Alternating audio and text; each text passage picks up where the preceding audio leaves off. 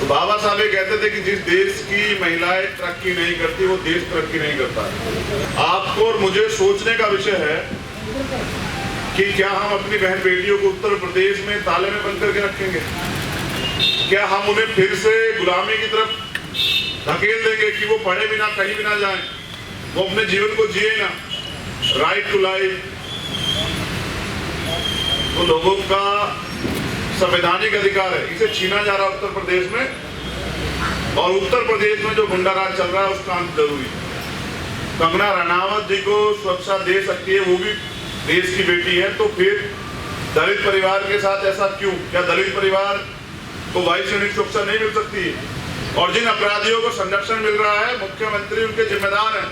तो मुख्यमंत्री अगर देना चाहते हैं तो क्लास 1 की नौकरी दे उस परिवार को, और उस परिवार को लखनऊ या दिल्ली शिफ्ट करें। कैसे सत्ता के आगे बेबस होकर माननीय राष्ट्रपति चुप हैं? उनको दलितों के साथ होता है अन्याय नहीं दिख रहा है। और इससे एक बड़ा नुकसान ये होगा कि अपराधियों को बल मिलेगा।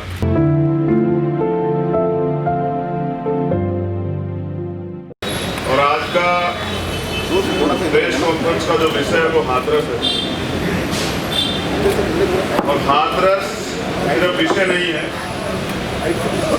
हाथरस में कुछ ऐसा हुआ है जिसने सबके दिल को चोट दी है। हाथरस में मानवता शर्मसार हुई है। इसको लेके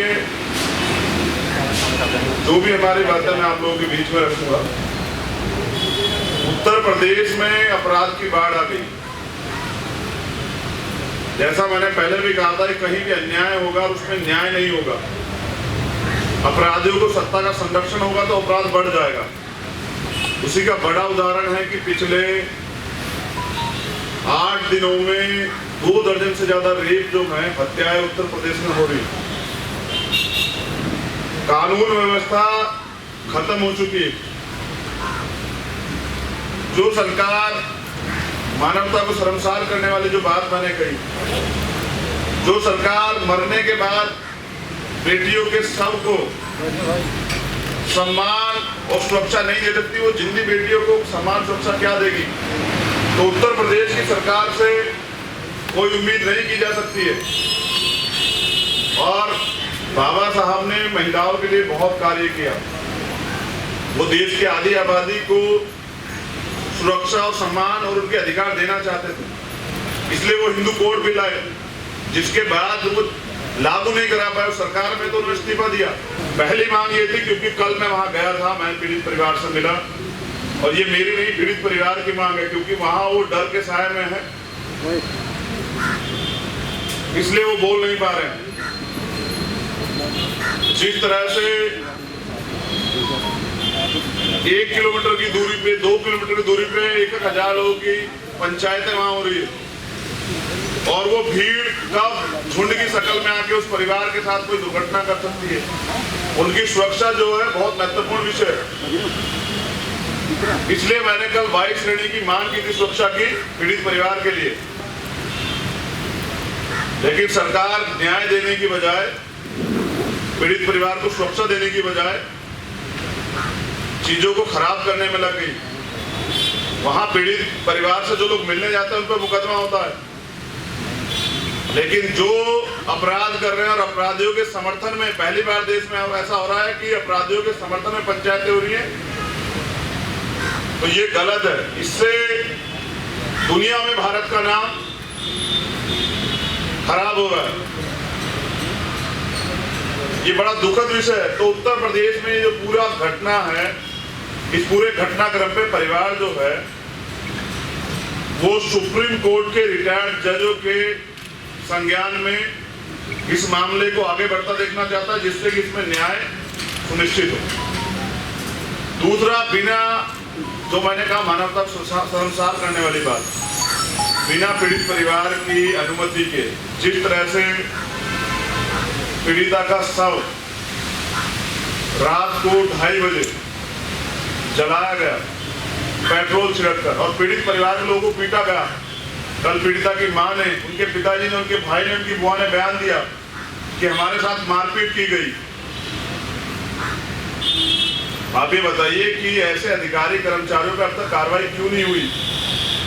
जिन लोगों ने, वो जो अधिकारी जिन्होंने एविडेंस मिटाने का काम किया, एविडेंस टेम्परिंग भी क्राइम है, उन पर अब तक मुकदमा दर्ज क्यों नहीं हुआ? मुख्यमंत्री उन पर इतने मेहरबान क्यों हैं? अगर सरकार, अब मुख्यमंत्री ने घोषणा की है कि पीड़ित परिवार को एक नौकरी देंगे, मैं आपका ध्यान आकर्षित करता हूं, लखनऊ में कुछ हुआ था। लखनऊ में इसी पुलिस द्वारा एक हत्या की गई थी रात को 1:30 बजे। वो भी हमारे परिवार था। उस परिवार को न्याय देने के लिए जब मीडिया के लोगों ने आवाज उठाई तो 2 दिन में सरकारी नौकरी दी गई। तो दलितों के साथ इतना भेदभाव क्यों? जब वहां डर है, मुख्यमंत्री ने घोषणा की है, तो पीड़ित परिवार को वहां से अब तक क्यों नहीं हटाया गया? क्यों उनको अब तक शिफ्ट नहीं किया गया? ये एक डर का खेल है जिसको बनाया जा रहा है, जिसमें कि पीड़ित परिवार न्याय की मांग न करके डर के टूट जाए। लेकिन पीड़ित परिवार न्याय के लिए अड़िग है और वो न्याय चाहता है। तो जैसा मैंने कहा, मुख्यमंत्री के झूठे वादे, अगर नौकरी देनी होती तो अब तक नौकरी दी जाती। जैसा मैंने कहा कि राइट टू लाइफ बहुत जरूरी है, तो किसी का रेप करने का, हत्या करने का अधिकार कोई किसी को कैसे दे सकता है? मैंने माननीय न्यायालय से भी अपील की है, सुप्रीम कोर्ट से, कि वो स्वतः संज्ञान लें, क्योंकि हाई कोर्ट के संज्ञान लेने के बाद भी पीड़ित परिवार को बंधक बना के रखा गया और मीडिया की एंट्री नहीं दी। जो सलूक मीडिया के लोगों के साथ वहां किया गया, जो विपक्ष के साथ किया गया, उससे स्पष्ट होता है कि उस सारी चीजों को छिपाने के लिए सरकार अपराधियों को बचाने के लिए मजबूती से उनके साथ खड़ी है। अगर वो मजबूती से इनके साथ खड़ी है तो हम भी न्याय के लिए पीड़ित परिवार के साथ खड़े हैं।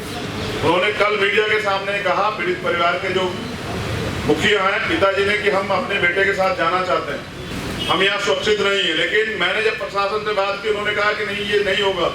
तो हम लोग कोर्ट गए हैं और उम्मीद है कि माननीय न्यायपालिका से मुझे इजाजत मिलेगी कि मैं पीड़ित परिवार को अपने साथ ला सकूं और उनको सुरक्षा के, जब उनको सुरक्षा में के घेरे में वो आ जाएंगे, मेरे साथ रहेंगे, तो मुझे लगता है कि न्याय की मांग जो है बड़ी मजबूती से उठेगी। इस कड़ी में प्रधानमंत्री तो चुप हैं, लेकिन प्रधानमंत्री ने वोट के नाम पे बड़ी राजनीति की कि हमने दलित को राष्ट्रपति बनाया। मैं उन राष्ट्रपति महोदय से को भी पत्र लिख रहा हूं, वो पत्र मैं भी आपको दूंगा भी। एक सबसे जरूरी बात, ये मीडिया के लोग नोटिस करें और ये आपके संज्ञान में आनी जरूरी है। सरकार पीड़ितों को न्याय देने की मंशा में नहीं है। अपराधियों को बचाने के लिए वो उत्तर प्रदेश का माहौल खराब करवा सकती है, क्योंकि सारी जनता उनके पास है और सारी जो है फोर्स उनके पास है। मुझे ऐसा लगता है कि उत्तर प्रदेश में जातिगत दंगे या इस पूरे मामले को बदलने के लिए, न्याय की जो मांग है उसे कमजोर करने के लिए, इस मुद्दे से लोगों का ध्यान, जैसे पूरे देश और दुनिया का ध्यान इस मुद्दे पर है, डाइवर्ट करने के लिए उत्तर प्रदेश में हिंदू मुस्लिम दंगे जो हैं या जातिगत दंगे, मुझे लग रहा है सरकार करा सकती है। इस पर मैं मीडिया के लोगों को पहले ही अपनी तरफ से आगाह कर रहा हूं कि आप ध्यान रखें, क्योंकि कल जाके जो मैंने महसूस किया है उत्तर प्रदेश में और खासकर हाथरस में, हालात सामान्य नहीं। तो मुझे उस परिवार की चिंता है। उम्मीद है कि माननीय न्यायपालिका मुझे इजाजत देगी, क्योंकि पीड़ित परिवार ने मीडिया के सामने स्टेटमेंट देके अपनी इच्छा जाहिर की कि हम चंद्रशेखर के साथ सुरक्षित है, अपने बेटे के साथ। तो मैं उन्हें बहुत जल्द घर लेके आऊंगा, यहाँ दिल्ली में सहारनपुर लेके जाऊंगा। मैं माननीय राष्ट्रपति महोदय से भी निवेदन करता हूँ कि अगर वो चाहते हैं कि दलितों की सुरक्षा में वो अहम जिम्मेदारी अदा करें, तो तत्काल उत्तर प्रदेश के मुख्यमंत्री को बर्खास्त करें। और अगर हमारी मांगों पे सरकार गौर नहीं करेगी, तानाशाही करेगी, तानाशाही रवैया बरकरार रखेगी, तो हम विधानसभा का घेराव करेंगे। और इस घेराव की स्थिति में जो राजनीतिक दल पीड़ित परिवार के घर जा रहे हैं और उनको सच में अगर वो न्याय दिलाना चाहते हैं, राजनीति नहीं कर रहे हैं, उनकी तकलीफ को, दुख को समझते उनके साथ खड़े हैं, तो जिस दिन इस तानाशाही सरकार के खिलाफ मैं गिराव का ऐलान करूंगा, मैं उनसे मांग करता हूं कि वो लोग भी इसका समर्थन करें अगर वो दलितों के हितैषी हैं।